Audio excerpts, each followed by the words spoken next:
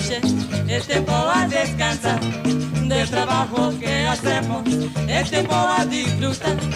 Al final llegó la noche, es tiempo a descansar del trabajo que hacemos, es tiempo a disfrutar. Ya sabemos que los cheques nunca van a alcanzar, pero con la alegría la riqueza está por dar. Ya sabemos que los cheques nunca van a alcanzar, pero con la alegría la riqueza está por dar. Rumba buena, rumba vieja.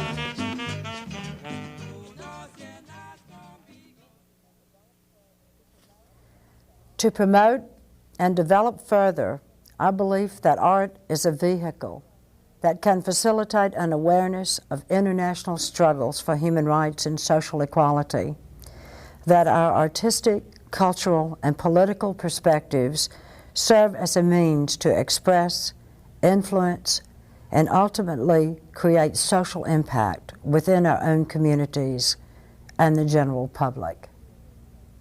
Good evening. Welcome to another in the series of Let the People Speak. What I just read is one of the goals of Artistas Indigenous, the Austin chapter, and I'm honored to have two women from Artistas Indigenous here tonight. Welcome to the show, Mary Sue Galindo. Thank you. And Marsha Gomez. Thank you. It's good to be here. Glad you're here. Thank you. First, tell me, Marsha, what is Artistas Indigenous?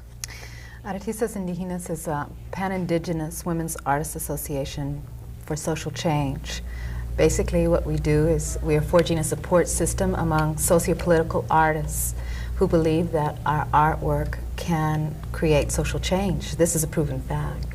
We have seen this throughout the years working with Indigenas of the change that we can and the awareness that we can create through our artwork and through holding symposiums around the artwork, because we believe that historically art has recorded the times and conditions of the people, and this is clearly done so in our art. It's recording the conditions and times of our people, and it's bringing about an awareness.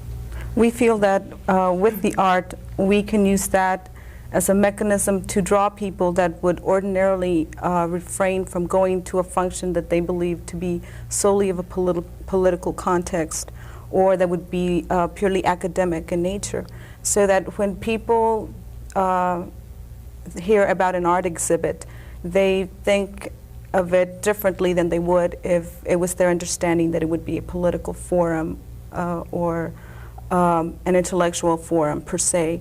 So we draw or we try to appeal to a broader spectrum to bring them out, and then once we have them and their attention and their appreciation, you know, for our art, then it's easier to communicate and to share ideas. Well, what are some of the ideas you're trying to share in the political goals? Some of the ideas are to heal the community and to heal our families and to work or to focus our energies directly into ourselves and our communities and our homes. And then from there, we would like to move on into a broader spectrum, but we see bringing our arts into like the schools and into community programs where we can touch the children who we feel are the greatest asset to our communities, and try and get them to develop self-pride and self-esteem and go forth believing in themselves and you know, feeling good about who they are and where they come from, and not to forget the culture that has brought them so much richness. A lot of the artists are people of the earth, people who are real close to La Raza, people who have been in the struggle for many years. So their art breathes of this, of the land struggles. And basically this is the link between North and South, is land struggles, economic struggles. And in a lot of the artwork, though I think that we have a pretty broad spectrum of artwork, the artwork itself is political. In Western society, art is separated from your spiritual, your politics. And this is something that we don't do. We don't separate art and politics and our spirituality, because it's the root of our existence. And you see a lot of this in the artwork. It's a lot of the land, la tierra, and of the earth. And one of our basic goals is the healing of the earth. We believe in earth liberation, people's liberation. Before you can have any liberation, we have to liberate the earth from the madness. And basically, this is one of our goals. And the return to educate people to that. And the return of land to Native Americans and the struggle for mineral resources also? Yes, this is a big problem with Native peoples. And of course, with Mexicanos crossing the border, the immigration laws, are really stiff. But the United States government has signed 372 treaties with Indian people throughout the United States, and they have not honored one of those treaties. We're talking about United States laws. Treaties are laws, and they have not kept one of them. And I think that really needs to be brought out into focus. There are many, many tribes that are struggling to keep the small amount of land that was given to them on the reservation. Now they're struggling to take back the mineral rights that were taken from them. Because, for example, on the Big Mountain area, the joint use area, right now we are being forced with the largest mass relocation in the history of Native America since the Trail of Tears. They're trying to forcibly remove 10,000 Navajos from their homelands because Black Mesa, the coal mines and uranium mines, runs right underneath the Indians' lands, the Navajo, the Dene people, their land. And they want it, basically. And so they are forcibly removing 10,000 Hopi and Navajos. Under the disguise that there is a Hopi and Navajo dispute, which does not exist. The traditional people, Thomas Banyaka and Roberta Blackgold and all of the traditional people have signed agreements over and over saying that this is not the problem. There is no Hopi and Navajo dispute. The problem is all the mineral resources underneath the land that major corporations, national multi-corporations, and the government want for mineral development. And Mary Sue, there's a real struggle in Texas about so-called illegal aliens when in fact everybody but Native Americans and Mexican people are illegal aliens. Exactly. Tell me how you raise this issue up through your art. Well, that's how we tie it in. We are trying to tie it in also in the symposium to call attention to the fact that we as Mexicanos, as Chicanos, a race tied to the motherland of Mexico, were here before the Europeans. We are people that is native to this land. And then the Treaty of Guadalupe came and went, and various other laws came, and people were displaced and killed off the land. The King Ranch, we know that was, the work of the Texas Rangers, killing off people and land accumulation, and the police and sheriff as, as private protectors of property for people who amass the land by means of killing people off. And so at this point, we are a colonized people. We don't have land. We have the Spanish language that was from another period of colonization, but we still try and retain that because that is the closest form of culture that we have. And so now we are displaced from our land. We are forced to buy property if we can.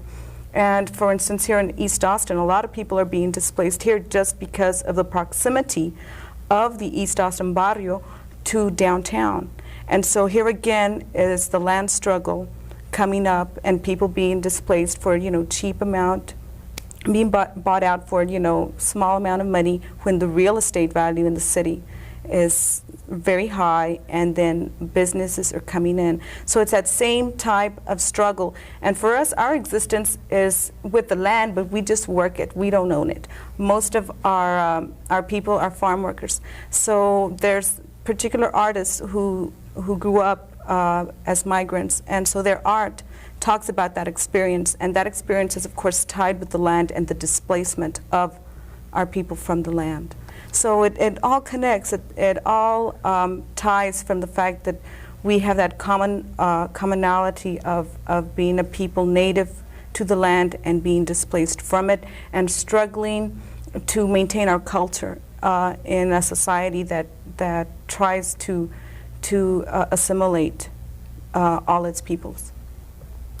I was shocked to learn that from Lamar to I-35, all of that west of I-35 used to be Chicana Mexicana neighborhoods, and then I learned that the Marriott Hotel was trying to move over in East Austin and develop East Austin for football fans, upper-class white people, and this so-called development in East Austin doesn't really help the people in any way, does it? No, it Moves doesn't. you out. It just moves them out, yeah. Let's talk about another subject that's part of the international struggle for indigenous peoples' rights to their land and their self-determination, and the International Women's Conference you went to in Nairobi. Tell us a little bit about that. We're going to see some slides that are magnificent and really tell about the spirit of it, but why did you go and what did you do there? Well, earlier last year, I got involved with the Indigenous Women's Network, and it's basically a group of 10 Native women across the United States who have been grassroots organizers in the movement for over 10 years. We saw the need to come together, all Indigenous women, put our heads together and figure out how we are going to restore balance within our lives, our families, our communities, and the world at large. One of the issues was the women's conference and the Native women's participation at the conference. So 3 of the women from the conference were chosen to go to Nairobi. They were the women who had the most time or had time to go and resources to do that. They were, we got grants from the Ford Foundation, leadership funding, and other private donors that funded our way over there. We were asked to give a workshop on the Indigenous women's worldview on development, which is quite different from your normal Western view of development, as Mary Sue well knows, and it was quite interesting. There's so much to say. I'm not quite sure exactly what issues you want me to raise. Well, we could go to the slides, and they may speak for themselves, and you can tell us about what happened there. We'll look at the first slide, and you can give a comment. This on slide is of the city of Nairobi. There were 14,000 women that gathered in Nairobi for the United Nations and Forum 85 Women's Conference. These 18,000 women, I say 18,000 women because this is what the local papers in Nairobi said that there were. The national, international papers said around 14,000. But these women were from over 150 nations. So if you thought you were politically aware when you went, you didn't know anything. This is some of the artwork by the Kenyans. If you could see the picture of the way the woman is looking at the policeman on the left. Is that South Africa? Looks to kill. Yeah, this is in this is pictures from a woman in South Africa, artwork. What does that say? Revolutionary greetings, women of the world.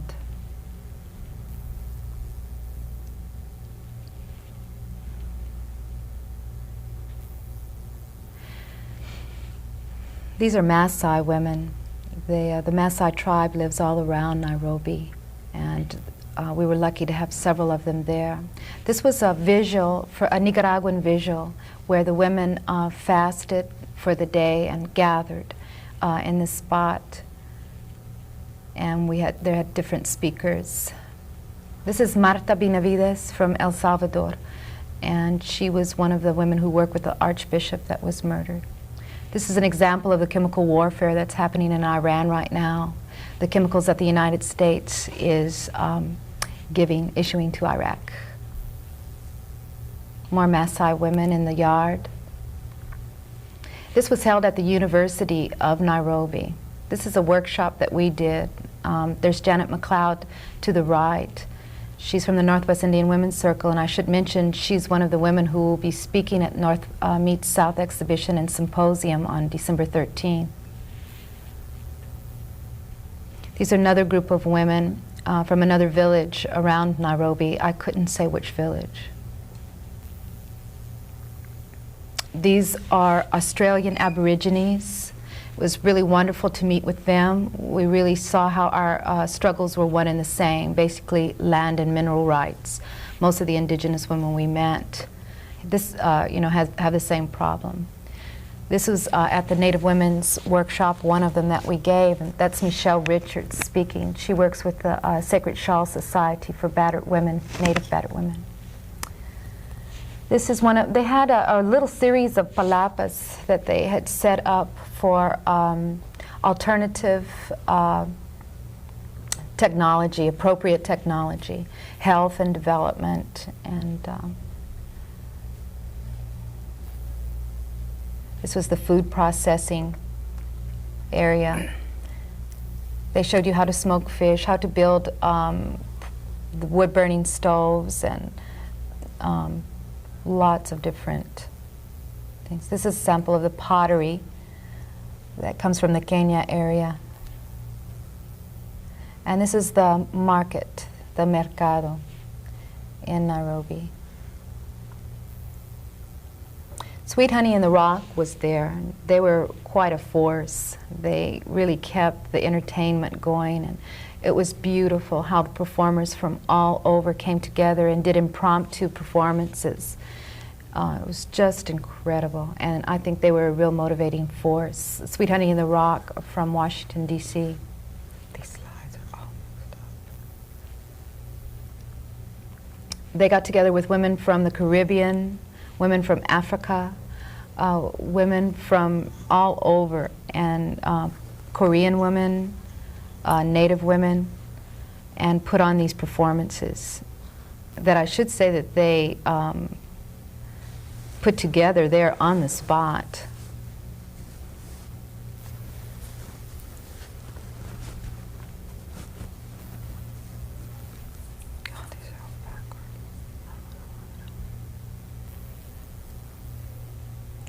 This is in a Maasai village. I did get to travel out one day that I wasn't attending workshops and go to the Maasai villages.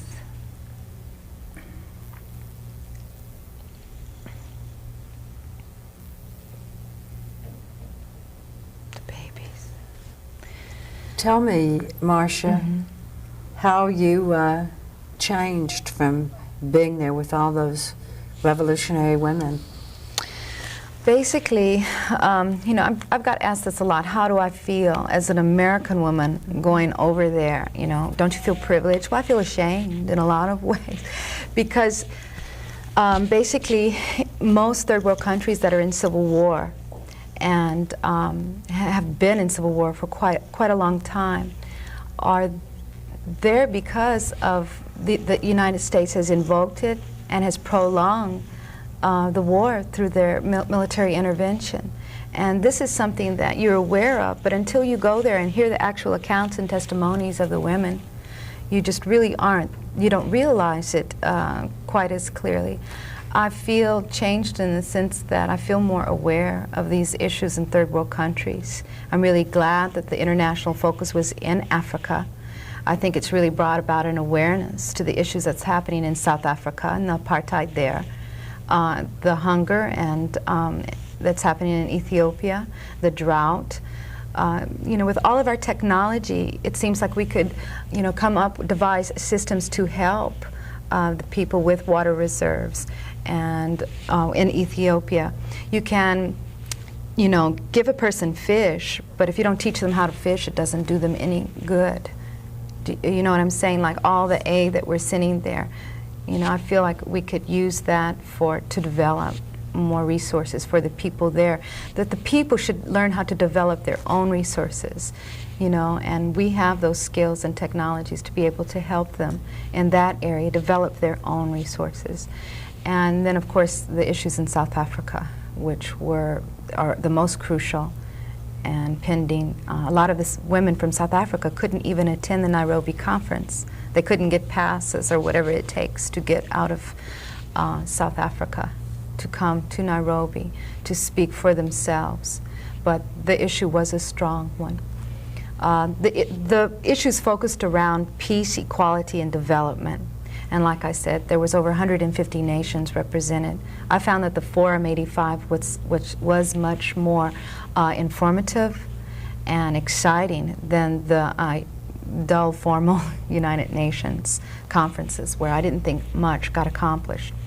I had the pleasure of meeting Angela Davis, and she got a petition together and had 1,500 of the 2,000 American women that were there to sign it, saying that Nancy Reagan did not represent their views in the United States. And she was a real inspirational force, still at it and going strong. I don't know what else to say. There's so much to say about it. Maureen Reagan was sorry, the not person Nancy. to represent us? Yes.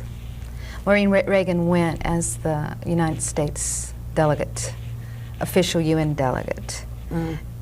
No one liked her. I might as well say, I mean, everyone. My roommate was from India, and she was just appalled at some of the things she was saying, you know, like women's issues should not be political issues. And she blocked a lot of the third world issues, you know, and it was really hard. It was a hard one. I didn't see her. You know, I spent most of my time at the forum, like I said. And from the forum, I think a lot of women organized resolutions within their own contingent. The Indigenous Women's Network was part of the World Indigenous Council, which has UN status. So we were able to write up a resolution, because we could not adopt or accept the resolution that they had on indigenous and minority peoples, because it lumped us all together. You know, minorities could mean women in general, handicap. I mean, we wanted our own clause to say what we wanted about Indigenous women. So there were 35 of us that got together and put our own resolution on the table. And we had 3 minutes to make all of our addresses to everyone and say our resolution. So you can imagine how we had to edit and condense it into that. I made lots of friends, and it's not a day that goes by that Africa isn't with me and the experiences I have had.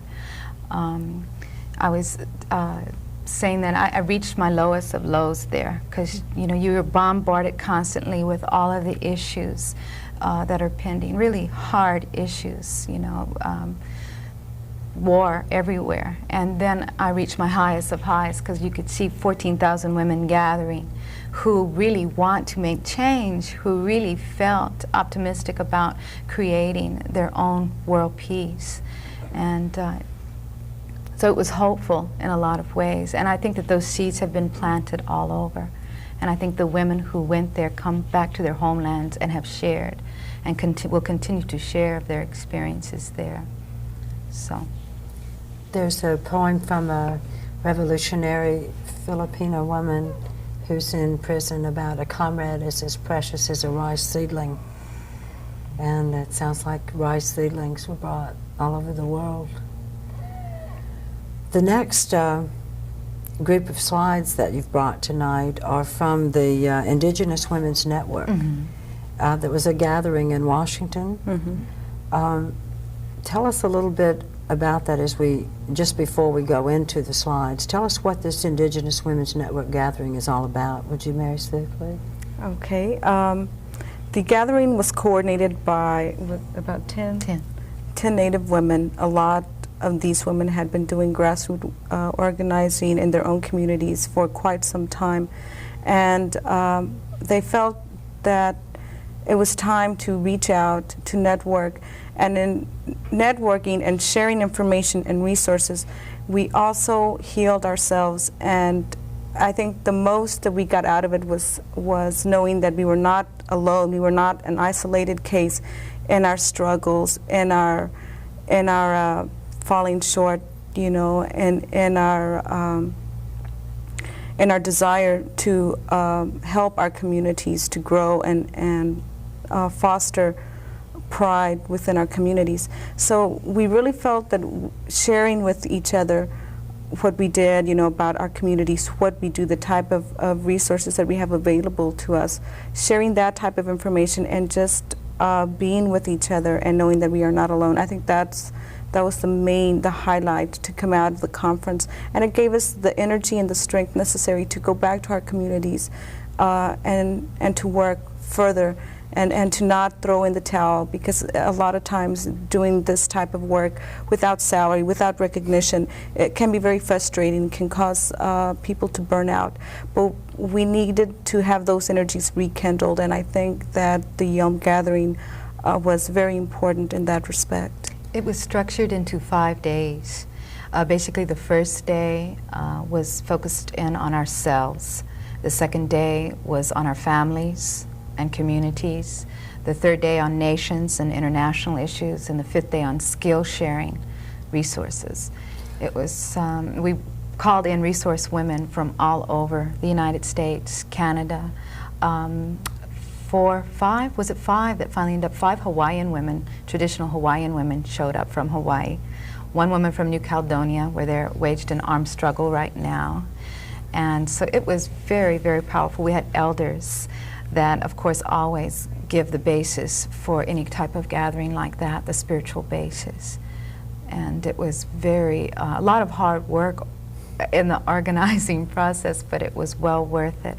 And I felt a lot of energies rekindled and a lot of women doing networking.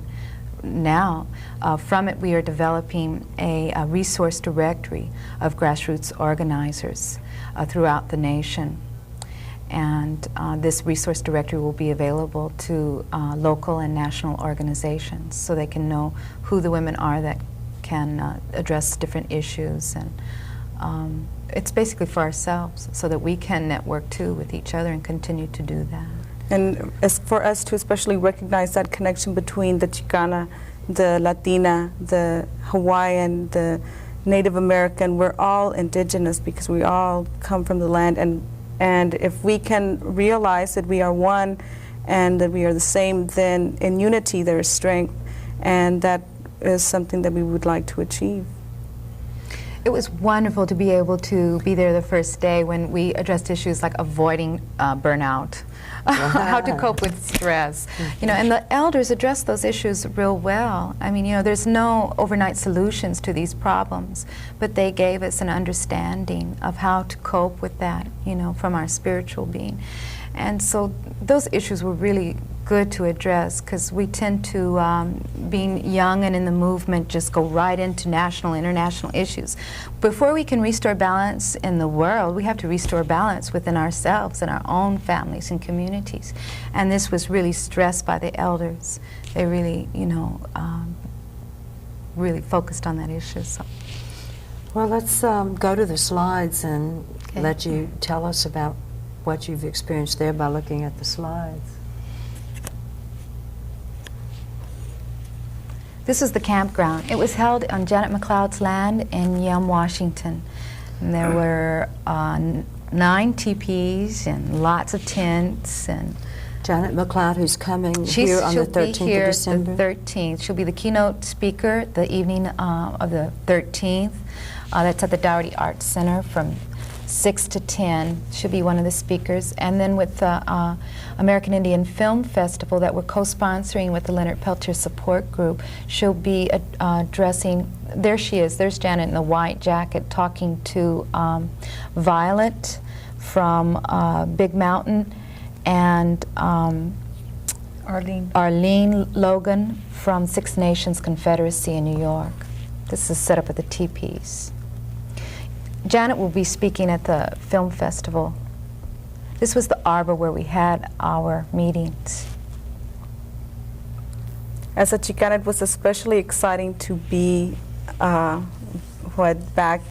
with nature, as it were, because it was like getting back to our roots for the most part for Chicanas, because we are removed from the traditional, and it was a good experience to go back to it. Excuse me, Mercy. This is Thomas Banyaka. He's the Hopi elder, the spiritual leader of the Hopi tribe. He's the one who speaks a lot of the Hopi prophecies. He came in support of the women gathering. He said, according to the Hopi prophecies, this is a time for women to be gathering, to be rising and pulling all their resources together and just leading the struggle. And he was all in support of us. We were around the drum under the arbor, and the woman sitting down, the elder woman, is Priscilla Vihi. From New Mexico, Tosuque village. and the sacred drum. We gathered in a circle under the arbor to have our sessions. And this is Maria sitting with Roberta Blackgoat and Violet from Big Mountain, Debbie Harry in the background, and Elizabeth Garriott. And they were all speakers and shared a lot with us. This is a picture of a small group. We tried to have a group photo, but we just didn't all fit in. There were over 200 women that gathered. This is Tanya Sanchez from Women of All Red Nations in San Francisco. She's a great drummer and singer.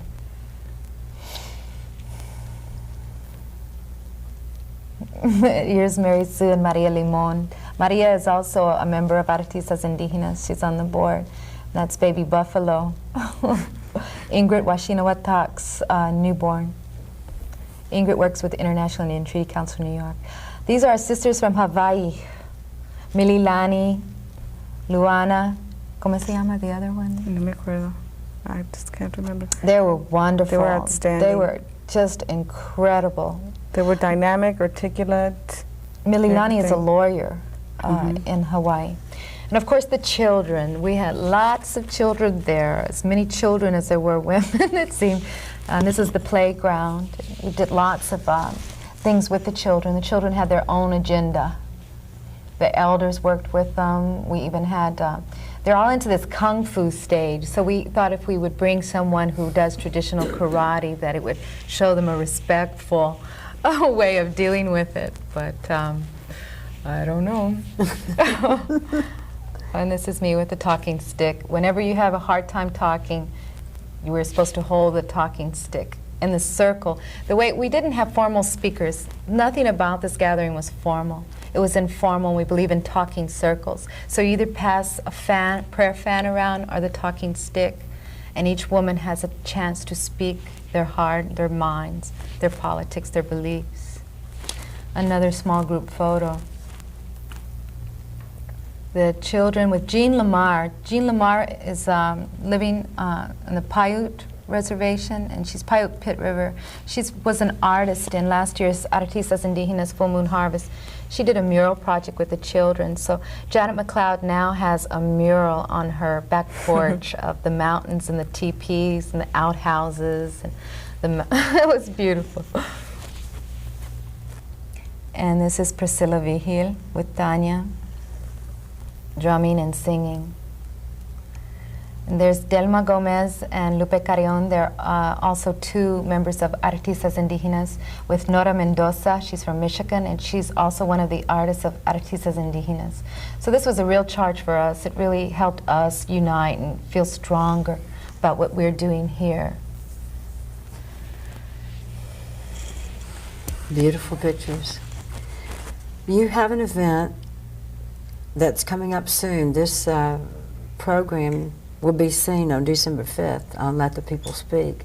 And you have an event starting December 13th at Dougherty Arts Center called North Meets South, an Indigenous Perspective. Tell me why you named it North Meets South. Well, for the past several years, there has been a lot of networking between Native Americans from the North America, or the United States, and Central America, Nicaragua, and South America, as well as the Chicanos moving within the United States and collaborating a lot with Native Americans. There's just been a lot of networking on a national as well as an international level. In Geneva, Switzerland, at the UN talks, there is a format set up for Indigenous World Peoples conference there. So there has been, because of that and the UN status that has been created for Indigenous peoples, it has allowed us to really do a lot of networking.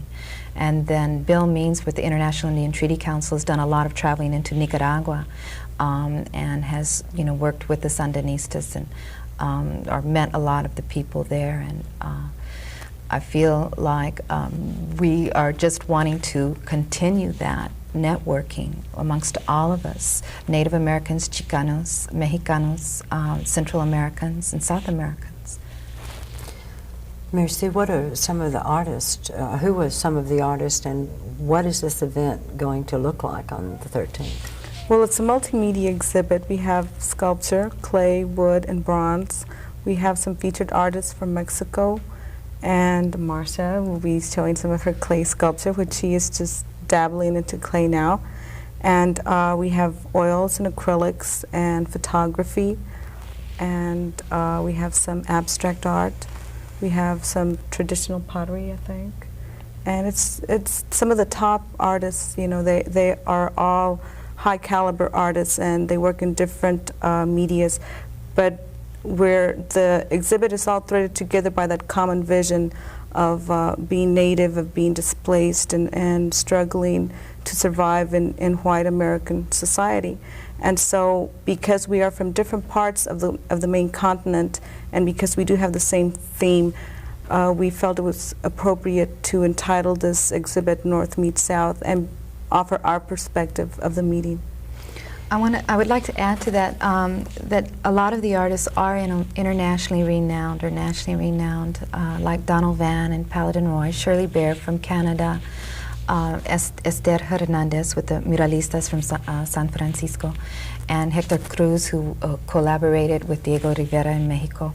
But there are also a lot of local and grassroots artists, and I feel like the intermingling of these artists, because they're all quality art. It's all quality art. It's just that some don't get shown as much as the international, and I thought it would be really good to thread it, you know, together, and it's worked really well together. It's going to be an incredible exhibit. I am real excited about this exhibit. When I first saw Carmen Rodriguez's art, I was privileged to be able to buy one of them. The land belongs to those who work it. And I look at that every day and think about that. It helps me want to struggle. And Marsha, you are a wonderful artist too. I've seen your art change over the years, and you've begun to use more traditional patterns. Oh no, I started using traditional patterns. I'm now kind of breaking out into contemporary or my own visions, or whatever comes through me. I can't really say that I create it, because sometimes the clay just forms itself in my hands. It's amazing. So if you should come, I'll have two pieces in the exhibit. They're two sculptures. They're rather large sculptures. One's called The Council, and one's called Birth of a New Generation. So you should look for them. Are these multimedia objects and paintings and pottery, are they for sale to the general public? Most of them are. There are some that are just for exhibit, not for sale, but most of them are for sale. And I should mention at this point that, well, the exhibit will be going through January 24th, so none of the artwork can be taken down even if it is sold at this stage.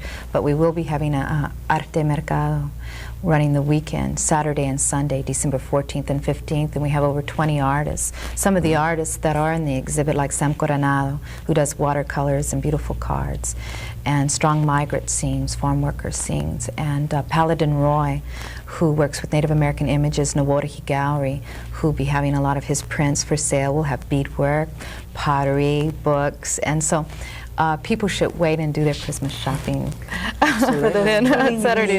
It will be unique, quality arts, crafts, and books. And to support people who struggle and Local add something artists. to the world. Really. Mary Sue, tell me a little bit about the American Film Festival. Isn't this going on in connection with your Weekend North Meets activities? South? Yes, the Linda Peltier Support Group of Austin is co-sponsoring that event, and I understand Chris Spotted Eagle has 2 new films, or 3, believe Well, he'll be showing 3 films. 2 are award-winning. Chris Spotted Eagle is with the Native American PBS, Native American Consortium, right, for public broadcasting, and he's on their board. And he was on their board after he won these awards through PBS. Great Spirit Within the Whole, which reflects Native American prisoners and the spiritual evolvement that's happening within the prison systems, and Our Sacred Land, which is a Pahasapa, the Black Hills, Sacred Black Hills. Exquisite, I mean, artistically beautiful, as well as the content being very, very incredible. And then he has a 10-minute comedy called Do Indian Shave. So he'll be bringing those 3 films. He'll be doing 2 showings on Saturday, one from 3 to 5 and one from 5 to 7, and he'll be available for talk and discussion. Where is the Native American Film Festival held? It's all the events are at the Dougherty. Everything's at the Dougherty, and it starts December 13th. December 13th is the opening reception, and it opens at 6, so you can view, public view, the artwork is from 6 to 7, and then our show starts promptly at 7 with the Alabama Cushata Indian dancers, and they'll be dancing for half an hour. Their feather dance, the hoop dance, the round dance. They're beautiful. If you haven't seen them, you really should come. They're beautiful. Sarita Rodriguez is going to be singing traditional Panamanian music. Ruby Nelda Perez from San Antonio. She does work with the Treto Guadalupe, the Guadalupe Cultural Arts Center in San Antonio, but she's been with Triato de la Esperanza from Santa Barbara. They are nationally recognized, and Triato Bilingüe de Houston, and she both acts and directs, so she's magnificent to see. She does a one-woman dramatization, and she does about 5 pieces of poetry and prose that capture the existence of certain Mexicano Chicana experiences. Like Mary Sue. Mary Sue is one of the poets of the work she dramatizes, and it gets. I'm very flattered that she brings to life the words with her acting on stage, and she uses minimal props, but she captures it all very well. So we're very thrilled to be having her down here. Tell me what you write about. Just, I know that's hard to say, but I write mainly about about being Mexican or Chicana in a culture that is traditionally male-oriented, and in a society that it's white male-oriented. And it's our experiences as being laborers and bearers of children, and having to work inside the home and outside the home, and my tribute to women. She's published. Talk about your book. I was recently published in an anthology, Merienda Tejana, by Relámpago Press of Austin, with Maria Limon, who's also a board member of Artistas, Indigenas, and Jesse Johnson. And so I'm real excited to finally be published, and I hope to move on to other things. But in the meantime, it's very flattering, and it helps me to expose my work, to have Ruby Nelda perform my pieces. Where can we get your book? You can get the book through Juan at Relámpago Press, and I think Las Manitas Cafe used to have some, Lucha on East 1st, and Resistente Bookstore on East 6th. So they're carriers of our book. All right. Tell me what you see as the long-range effect of North meets South in an Indigenous perspective after the wonderful opportunity to see art and hear the music and hear the poetry and see the Native American films. What do you want to carry over to next year? And the year after that, and the year after that, and the year after yeah. that. Well, I feel like we feel that what we're doing is holding educational forums. Every time that we have an art exhibit, we hold a symposium on the concerns as well as the contributions of Indigenous people to this hemisphere, to this society. Educational forums, I would hope, would continue to move people into action. I've seen a lot of results from last year's conference. I mean, it brought together a incredible group of women that can work together. You know, there's 8 of us on the board that have been working, and last year there was 2 of us, Carmen and myself. So I feel like it's really evolved into a group, more of a group effort, and I see other areas doing the same thing. More of the networking between the North and South, more of an understanding of our struggle, understanding of the ailments of the earth and of its people, and how they have to be healed, it has to be restored. Well, we've talked a little bit about the event, North Meets South. It's going to start December 13th, and now we're going to whet your appetite even more with some pictures of the artwork that you can see at Dougherty Art Center beginning December 13th. If we'll roll those slides, we can... This is Mary Louise Lopez. She's from San Antonio, and she's really a wonderful artist. She works in many mediums. This particular medium is acrylic, but she works with wood blocks, oils, watercolors. She carves. She'll be at the exhibit. This is Susana Santos. She's the Oregon director of Artistas, Indigenas, and this is an actual picture of her, her mother, and her grandmother on the pier fishing. I actually had the honor of going and fishing with her on her pier on the reservation after the gathering in August. This is called Dos Hermanas, and it's from Mary Louise again. We have some beautiful slides. This is a photograph by Virginia Benavides from San Francisco, California. It's called Mexico. Susana Santos, again, Winter Count Came Coyote. This is watercolor. Carmen Rodriguez, she was the co-director of Artistas Indigenas last year and is now the co-director of the Oregon chapter where she's working. This is called Virgo Moon. This is Renee Anguiano. And this is called Xerox Mexico. And it's oil.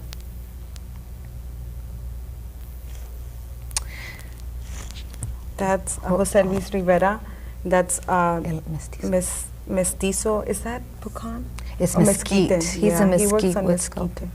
So, yeah, that's one of my favorites. And this is a Cuchara. dark picture of the Alabama Cuchara, but I wanted to throw one in because they will be coming and they are quite incredible.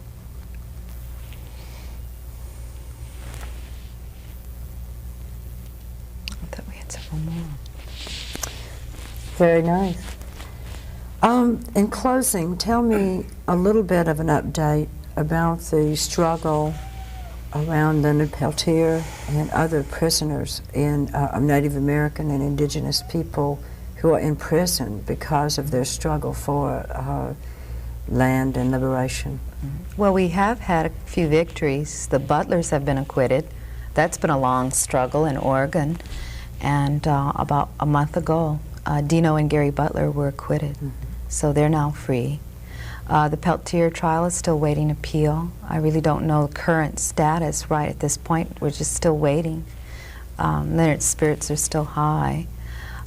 There's lots of Native prisoners. I don't know, which ones to address all over that are.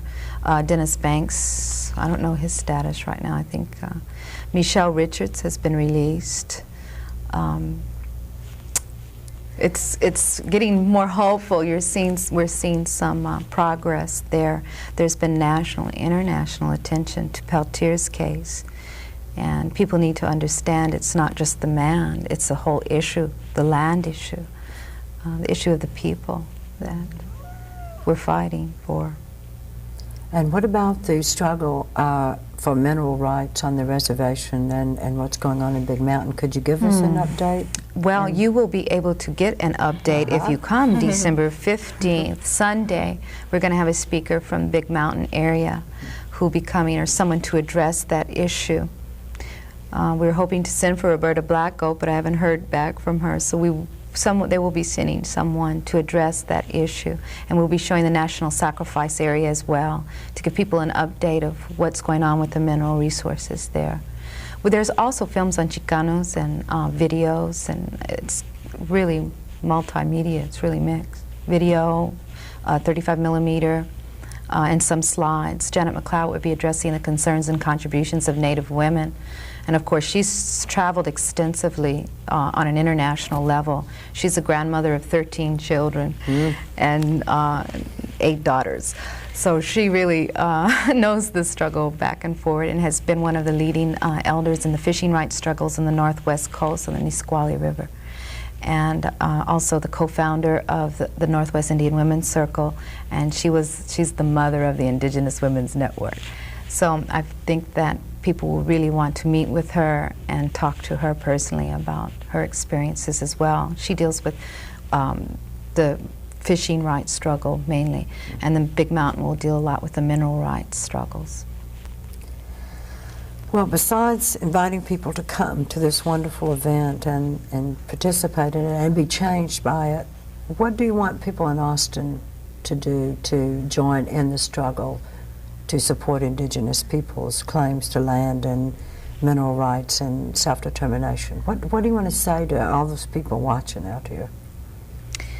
Well, if they come on the 14th and 15th, we'll give them some things that they can do. There's always letter writing campaigns. There's always organizing within your own community to bring about this awareness, to change, to stop, like the mineral rights and what's going on with the joint use areas. There's extensive letter writing campaigns and support that can be sent to those people in each different area, and we can let you know what that will be, because we'll have different tables that will address different issues. And in addition to these type of efforts, if we can just get people to become more conscious of what our struggles are and our existences are, and more sensitive, and just providing a forum for exchange and education helps us in our coexistence together, and hopefully it'll deter the racism that has always been a part of this country and that has been the whole impetus behind colonization. And if we can just get people to be sensitive to our issues and our existences, then I think that is a good step, and that is moving something, because we have to touch people and affect people on an individual basis and affect them inside before we can progress on other levels, because it takes that individual acknowledgement of wanting to be conscious and aware of another person's condition for anything to really take effect. One question I always ask of revolutionary women is, are the people going to win? What is that saying? Until a nation is not defeated, until a nation is not conquered until the hearts of its women are on the ground. And I don't see our hearts on the ground. Yeah. The reason I ask that is because I think one of the things we have to struggle so against, like you mentioned, in burnout and cynicism, and our hearts becoming so heavy as we look around at U.S. imperialism and see what this government does and has done historically to Native American people and Mexican people and then all over the world. And it's very important to remind ourselves, as you have done tonight, that the people do win and will win. Well, it's not the people that win as much as the earth. I mean, we are not more powerful than the earth. And I really feel that as humans on this earth, we have a responsibility to our sacred mother, you know, to make sure that she survives, because she'll continue on after we're long gone. We have to assure our existence on this earth by taking care of her. And basically the people will win through that force. This gives us hope, this gives us our spiritual basis, because we know that man is not more powerful than the earth. Well, the people then are not separate from the Mother Exactly. Earth. Those people who work with the earth will. And if the earth is depleted of its resources, or if the rivers' life-giving forces are poisoned, then future generations are at a risk for survival.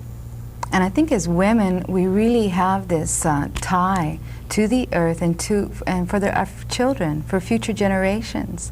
We don't act from day to day out of greed, you know, what we think is necessary for right now, for money or for that kind of development. We work in terms of what will be for the future generations, always with that thought in mind. In closing, Mary Sue, tell me shortly how you've changed from your involvement in Artistas to Indigenous, and what's happened to you from your participation in the struggle. I think that I have solidified a bit more in my spirituality, and I feel like if you can develop yourself and strengthen yourself as an individual, then you can go forth into any community or your own community and begin to touch other people, because if your act isn't together, then you can't really affect change for anyone else, help anyone else change. So I feel that I've dealt with my spirituality. It's helped me as an artist in promoting my work, and it has helped me in my personal goal of trying to touch other people and affect social change through my art. And my art is very dear to me, it's very important to me, and Artistas Indigenas has provided me with a forum, with a vehicle to touch others with my art, and I'm very grateful for the organization, and I would like to continue promoting that ideal for other artists and provide the same opportunities that it has afforded me to other artists, other women artists who have traditionally been neglected by mainstream and within our own culture. It allows us true representation because we represent ourselves. So therefore we get true representation of our arts and our concerns. Thank you for being here. Thank you for having us. Thank you for sharing your heart and your spirit and information about the struggle and about this upcoming event, December 13th at Dougherty Arts Center. North meets South, an Indigenous perspective. Thank you to Marsha Gomez, and thank you to Mary Sue Galindo. Thank you, We appreciate it. Let the people speak. Go and see North meets South, an Indigenous perspective, December 13th at the Dougherty Arts Center, a real and rare privilege. Art, music, multimedia, and struggle. Good night. Thank you. Thank you. All right. Thank you, Trella. Thank you.